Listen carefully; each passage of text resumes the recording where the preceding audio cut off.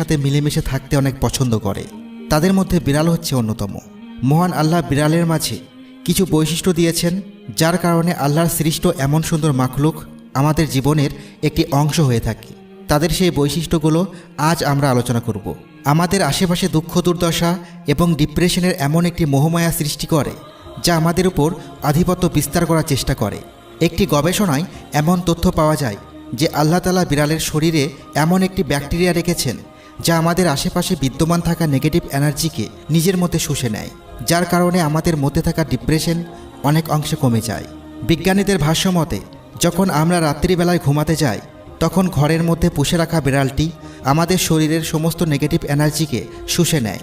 যদি সেই ঘরের মধ্যে কোনো জিনের অস্তিত্ব বিদ্যমান থাকে, তাহলে আমাদের প্রতিপালক বিড়ালকে এমন শক্তি দিয়েছেন, যার মাধ্যমে বিড়ালটি সেই জিনের সাথে মোকাবেলা করতে পারে, সেই সাথে তাদের সাথে থাকা